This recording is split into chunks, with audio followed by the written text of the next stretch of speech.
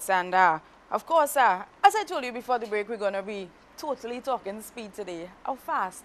Well, you shouldn't be going fast though. You know, there are rules that we have on the road. But when it comes to the ground, I guess these guys they have some rules, but speed is definitely it's not a rule. So here with me is the Vice President of Trinidad and Tobago Automobile Sporting Association, Jameer Ali, and with him is the Treasurer of Trinidad and Tobago Automobile Sporting Association, Rawlings Amar. Gentlemen, welcome to the program. Thank you very much.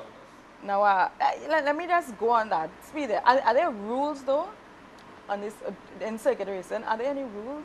Lots of regulations. Lots of regulations. Lots of regulations. What are some of Even the for the regulations? cars, you have a lot of regulations. You know, you have to have your proper helmets. You have to have your racing Right. suits. You must have proper braking systems. The suspension must be correct. The seat must be right. The seat belts must be of a certain quality and standard. There are a lot of regulations. So safety But is... one thing we do, we go in one direction most of the time. You know, that's a good thing. Oh, good. Yeah. And in terms of speed, I mean, as more, the most you could, you just mash, right? Well, you have different categories of vehicles. Right. You know, you have the slow categories, which is the 1600 category. You have Right. Group 1, Group 2, Group 3, Group 4s, if you Right. know. And that would increase your speed as you go along. And of course, because of the incremental speed, there are certain stipulations that is necessary for each one. Okay. So there's, of course, you can go from a car that's doing 100 miles per hour to maybe 190 miles per hour. Wow. So on the straightaway. Right. So it's Depends on your- I mean, on your pace. let's face it, racing is a dangerous sport. Driving on the roads is much more dangerous. Yeah. You know? Agreed. So let's race. Now, Jameer, the last time you were here, I know the track was not completed. So now that it's finished, because I know on Sunday you guys had what was it, a test run? Or tell me what that was about. First of all, I must say, thumbs up, we're Yeah. ready. Yeah. And the cars are ready, they're being tested, and action start as from early yesterday. In terms of testing and making sure that we put some rubber in the truck, Right. because this truck is like bare concrete. So we are working on that right now as we speak. Right. Are you saying bare concrete? Is it? And you said rubber. There has to be rubber on the track for Well, smooth. But let's say this is a Wallerfield racing track that Right. we had for years. Right. We raced on this tarmac for years. It is a concrete base. Right. But it is that what we did with this one, because there was some damage, we had to, you know, dig the area, smooth it off, put some more concrete and stuff. Matter of fact, I would say over the years we raced on it, and now the track is in a much better state right now. So we Nice. have a very good facility. If you come up there and you look at it, you see the greenery, you see the clear track, you see all the tents going up, you see the tower, you see the major VIP section happening. Listen, this is going to be the place to be this weekend. I definitely need to ensure that Yeah. I'm in place Of this course, weekend, right? That's right. And in terms of how many competitors do we have in terms of maybe not individuals but countries participating? Right now we have competitors from Guyana, Jamaica, Barbados, and one competitor from Suriname.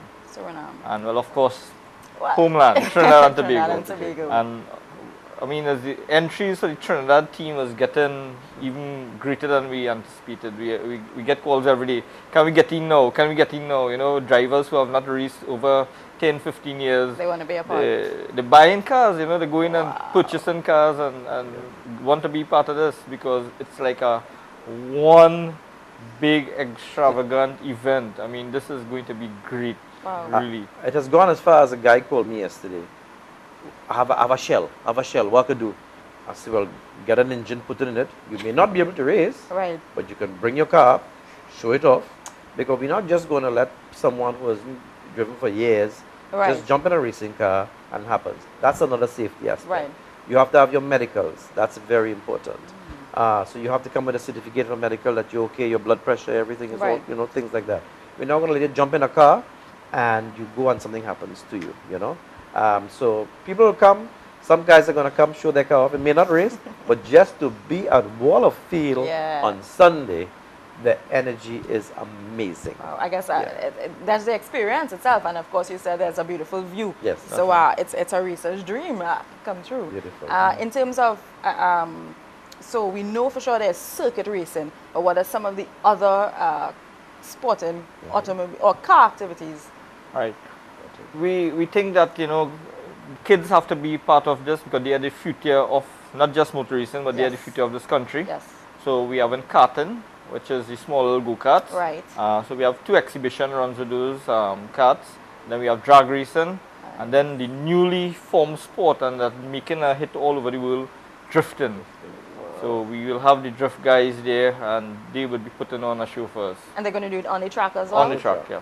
Wow. Now, for those who, of course, I know, you know, I'm a bit of A car fanatic. I don't want to say it, you know, because someone might see me on the road and say, she did give me a badge, right? You know? But just explain to us what exactly is drifting and compared to circuit racing and Drag. drag. Yeah. Right. Drag is basically 2 cars, straight line, going down. Well, karting, of course, you know, is the starter age of where Lewis Hamilton came from. Right. So we're ready to create another Lewis Hamilton in the Caribbean, Caribbean. and hopefully it would be from Trinidad and Tobago. Yes. And we, you know, just to stray a little bit, we have guys who started in karting and now driving Group 4, which is one of our high performance groups, and doing well, not just in Trinidad, but in the US, in Guyana, in Barbados, Wow. and all over the Caribbean. That's a guy called Christian Budu Singh, and, Right. and he's one of the guys to look forward to Local this girls, weekend. Yeah. Back to drifting. Drifting is more a sport where you keep kind of drift in a slide, a power slide with power, and you go through the corner. And it looks nice. It really looks nice. Definitely a lot of need for speed action That's right. Yeah. will be happening down on the track. How many Trinidad entrants would you say we have so far?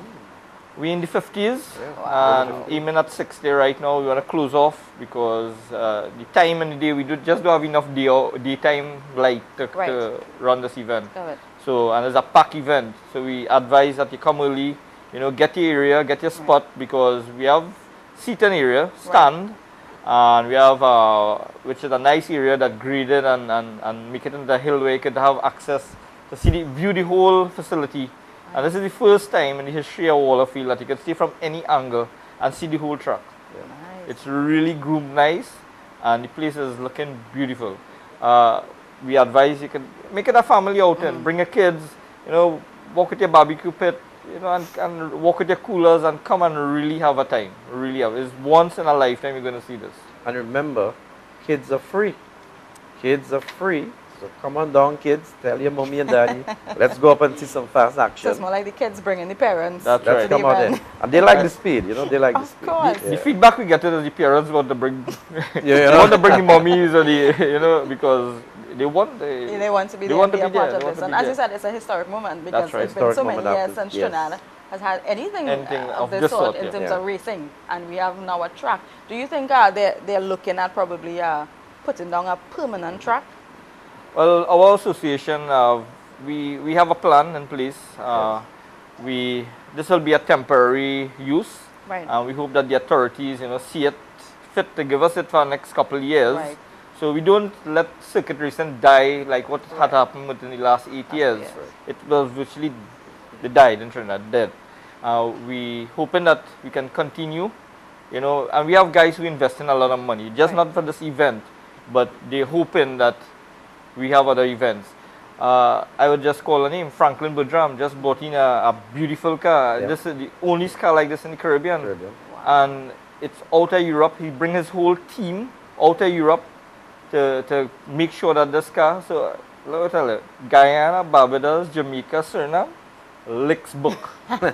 Now remember motor racing is one of the largest spectator sports in the world. Yes. Not only is it a spectator sport, but when it creates business for the whole country. Right. When you're talking about cars coming in, you're talking about bringing your car containers. So you have containers coming in. You have hotels, you have beds, you have food, you have beverage. You have the spin-off of the car when you go into the mechanical shop, Right. the technicians, the tires. Listen, this is big business. This Yeah. is millions of dollars of business Coming in. that we have to look at. And I must thank the government for coming forward and assisting us, Ministry of Sport, you understand, the ministers who were concerned and getting this event approved for us. Yeah. They will see what this sport can do for the country. We understand there's also a development package taking place somewhere in Camden. We understand that's happening. It hasn't really come out in the open yet. We hope that that would be our home for motor racing. However, we, TITASA, has to also look at developing for ourselves as an authority. So we are also looking to see what can happen. Because you know, at governments, it takes a little time to get things approved. We can't sit by. We have been, you know, begging for 45 years. So we need to make a stand now. This management committee has really taken the bull by the horn and is moving forward. Robert Amar, a man who has been in motor racing for years, has decided, listen, I think we need to do it again. He was the one who brought the cars, the Porsches here in 1985, I think somewhere around there. It was the largest motor racing in the Caribbean. You understand? He's taking the bull by the horn again with this management team. We're going to see some serious activity this weekend, and we're not going to stop there. Good. It's going to have a motor racing track here sometime in the next few years. So yeah, it sounds like great stuff. I just want to add to what Roland said, Melissa. You know, we talked last week on certain things. I must thank Minister Fazal Karim and Minister Vassan Barat, because they were the two ministers that really see what motor racing can do. And they saw it as in a way that getting technology and the NESC with their automotive section in Woodford Lodge, and to work together in producing, you know, our young technicians and that kind of thing, and we could work with Wallerfield and UTT, and the track is right there, and make it into a technology park, because we can do so much. It has so much spin-off with this Wallerfield circuit that we can train the police to drive properly, so they can stop mashing up these cars on them, ambulance, fire, you know, and even do driver's ed and teach, you know, young guys who now want to, you know, get the license. And as I said last week, we have parents buying everyone's Subaru for the children who now get license. And that's like handing them a loaded gun. I keep saying that. It's like handing them a loaded gun. Because if you don't know how to use your machine, you're going to end up in problem. And of course, we see it on the roads every day. But we're going to take a short break, and we're going to come back. Lots of action, lots of racing action. Circuit racing. We're going to take a short break.